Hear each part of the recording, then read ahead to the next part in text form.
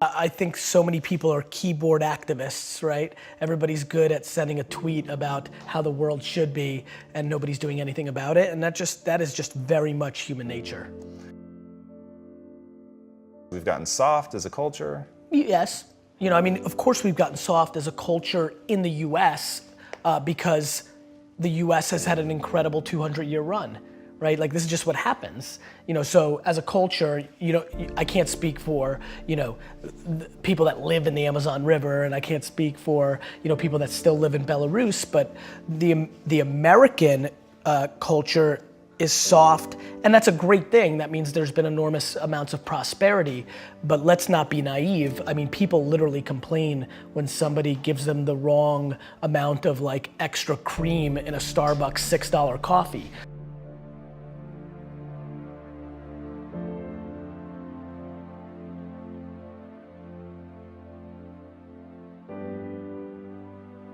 My lack of interest in complaining is so high, and when I watch what people complain about, it breaks my heart because they completely lack perspective.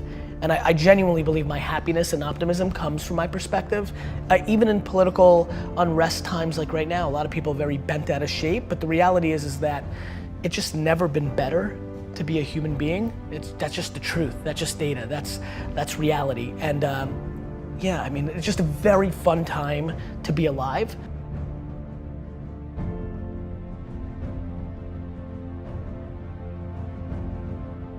And I think the way people look at the world right now, because it's such an incredible time, is actually the quickest tell to who they are.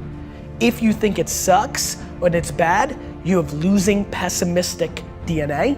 And if you think it's awesome and phenomenal, you have optimistic winning DNA. And I believe that to be true. And so that's where we're at. We're beating ourselves up. Like everybody sucks at something, right? Like we all have shortcomings and we all have strengths. And for me, it's like, why don't we just audit that? Like, why don't we just look at it that way and be like, all right, well, I'm good at this, but I'm not good at that. Like, and then I only focus what I'm good at, right? Like, I don't dwell that I can't fix shit around the house. I call somebody to fix it. Like, I'm not like, I'm not a man, I don't give a fuck. Like, you know, I don't get it. Like we all, like, I also think it's awesome that I'm so emotionally stable and I'm the emotional backbone of everybody. Is that what a dude's supposed to do? Like these cliches, these stereotypes, they're so silly. I'm fully in love with myself. But I'm also fully in love with everybody else too, right? It's not like it goes both ways. Like I tell people to buy into me, that work for me, it's because I buy into them first. Like I don't need anybody to gain trust with me. It's there. Like I believe that the human race is so grossly underrated. We are good.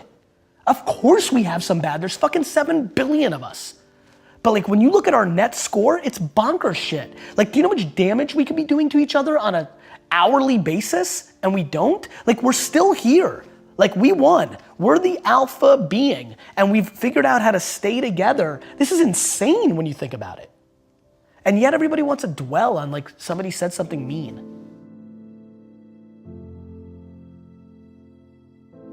If you want to be an anomaly, you have to act like one. Like people want all these special things to happen, but then they're acting like everybody else. And that gets into the Saturdays in your 20s, like, or just like taking risks or things of that nature. Like if there's anything they take away, it's like, look, like you're gonna only be so pretty, you're only gonna be so smart. Like there's things that are gonna be natural and then there's things that you can actually control.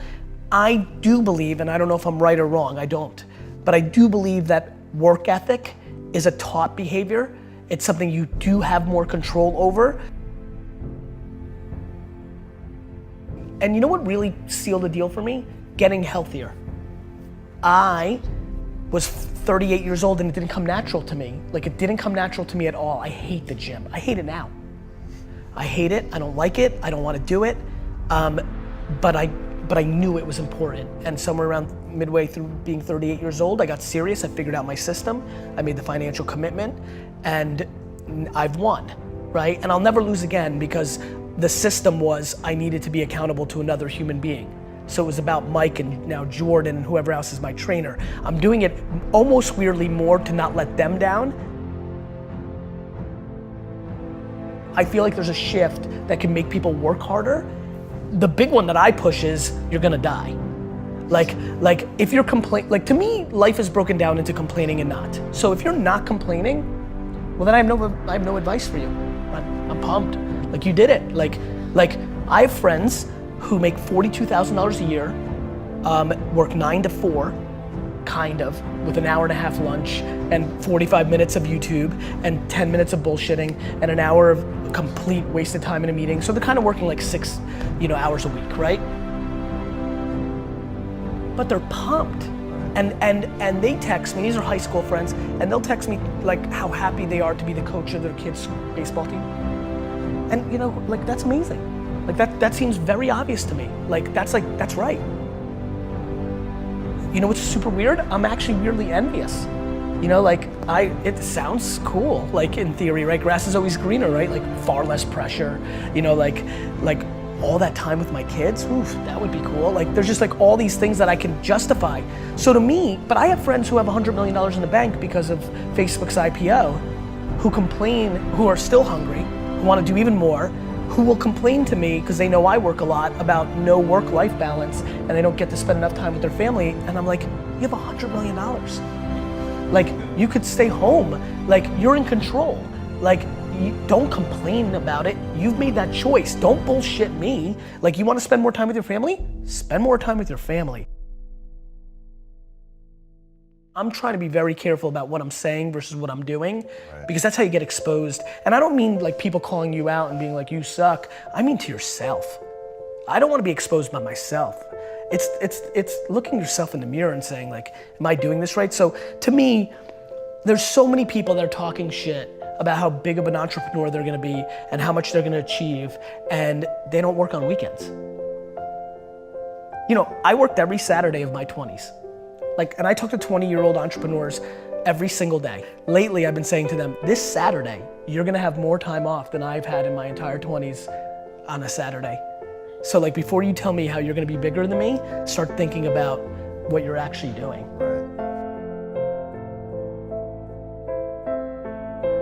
I'm careful to not give advice that I know is uniquely something that I was gifted with.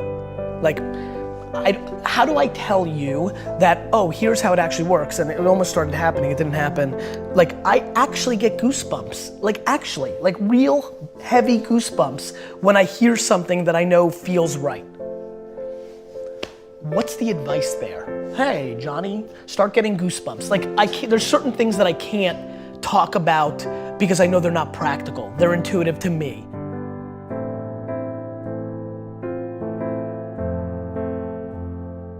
I plan to instill kindness into my kids. I plan on instilling perspective into my kids. I plan in instilling just being a good human being. I plan on making sure they don't use their parents' wealth and micro fame and leverage to impose on any other person. I'm petrified of that. If my kids try to punk their friends on my shit, I'm gonna beat the fuck out of them. That's just loser DNA. You didn't do that. Right? I'm not obsessed with tactics. I'm obsessed with religion. So I have a lot of wealthy friends at this point who think it's smart for them to sit first class, but the kids in coach. It's a tactic. They send their kids to Africa to build a school for a week. It's a tactic. It's like my friends that love the environment. The number 2 sector in the world that is hurting the environment is the fashion industry. When you run the math of what's doing bad to the earth, it's the number 2 industry behind gas. I don't even want to say it because I'm not sure if it's gas and oil. The number 2 industry, this I know for a fact, is the fashion industry. So all my fancy friends who love the environment, are they willing to give up their fucking Louis bags? Let's see, right? So I think people talk shit. So you let them sit coach and you went first class, but you went to, Hawaii and ate at all the best you can't pick and choose. To me, it's binary. So I don't want to be a hypocrite. So my big thing is look, you need to be kind. Mean is just non-negotiable in our family, right? And then you just need to not be full of shit. If you want to look at daddy's mountain and you want to say what I did to my dad's, and that was a big mountain for an immigrant, like, wow, dad did it, right? If you want to say, I'm going to climb that and I'm going to climb bigger, awesome. Like, I'm pumped. I'm weirdly not cheering for you because I'm just a weirdly competitive dude. This is actually something I'm not proud of. I'm comfortable saying this and I believe this is a flaw, but I don't want my kids to beat me. I don't. Like, I hate saying it. I know this is where I get in trouble. People will take one little clip from one video interview and they're like, you're bad. It's just my truth. I don't want to bullshit you guys. Like, I'm that competitive.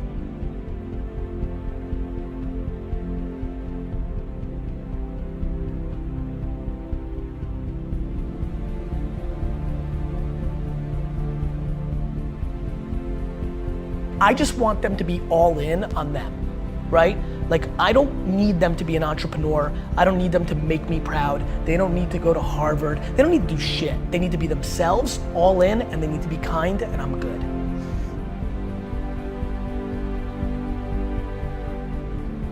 Like, everybody thinks their stuff is so good. Like, every day, Gary, my Instagram's so on fire, it's so awesome. Why is nobody, like, why am I not gaining followers? Because it's not awesome. We all think our stuff is the best, and like, I get that, but yeah, that would be my advice, only because that also is liberating. To me, everything's about breathing, right? Like, to me, everything is about, like, take full ownership for everything, and then everything gets easy, because then you're in control. And then learn how to love to lose. I think that's how entrepreneurship, that's how life is. We all have losses. And so I like losses. I love adversity. I like the climb. I like the chip on my shoulder. I like when people are like, oh, I knew it, he's not that good. That is like I'm even weirdly scared as I continue to ascend and I'm getting popular and what do you say, the marketing leading, like, as people start putting these words in front of my name, I'm like, am I gonna sabotage myself to like recorrect this? Like, I like adversity. So yeah, all on me. You know, I enjoy losses. Now all of a sudden, like, what? You become completely invincible. I feel invincible. I really genuinely, outside of the health of myself and 20 people, feel 100% invincible as a person. I know what my intent is. I want to do good at nobody else's expense. I'm far from perfect. We all are. And so just easy. It feels very light to live life. I'm just in a good mood. Them home, and I think modern day parents and most parents do not do that. I think they focus on dumb shit like grades because they are insecure and they want to put the bumper sticker that their kid went to, you know, Stanford. Like, it's real fucked up when you really think about what's actually happening. So much of it is misery loves company, or people reflecting of what's inside of them.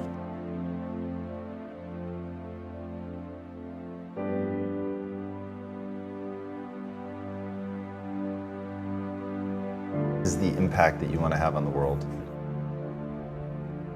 Same thing that attracts so many of millions of people to people that are selling bullshit, those same people are attracted to me. And what I want to do is suffocate out all those other people and become the alpha of that entire world of people that are hoping and are desperate to look at me. And what I want to do is inspire 2 14-year-old girls in Kansas City right now to build $1 billion company on having a bunch of employees hugging each other in the halls. I think that Steve Jobs came along, became an icon, but the sad part of that narrative was he did not treat his employees well. He became an icon, and the narrative became he got the most out of people by being a jerk, and that became romanticized. And a lot of people in Silicon Valley today run companies where they're mean because they think that's the right thing to do because they put Steve Jobs on a pedestal. I want my pedestal moment. I want to become that big, and what I want to come from that is that kids that aren't even born today think that they can build a $5 billion company and be a great guy or a great gal. I want to build the biggest building in town ever by just building the biggest building in town, while I think most people try to tear down everybody else's building. So I think positivity and good is practical advice to building an empire, and I want to be the poster child of the person that built the biggest, baddest empire and did it by being a good dude along the way. And not everybody's gonna be happy about everything I did, But if it's 97% of people talking good behind your back, that's a real legacy. And I wanna do it in a pop culture way. I'm gonna do it anyway. People have done that before. Just so you know, there's plenty of people. Warren Buffett's a really good dude. Like there's plenty of people that have done that. There's a difference. I wanna do it and I wanna be a rock star, right? Like, and that's where you influence people. Like, you know, like I wanna do it, but I also wanna be the most popular. And so then that person's like, oh, I wanna be him, so I guess I'll be nice. Like I wanna literally take people who have DNA that's kind of nice and make them more nice because they think that's how I became big. So I basically wanna trick the business world into becoming kinder.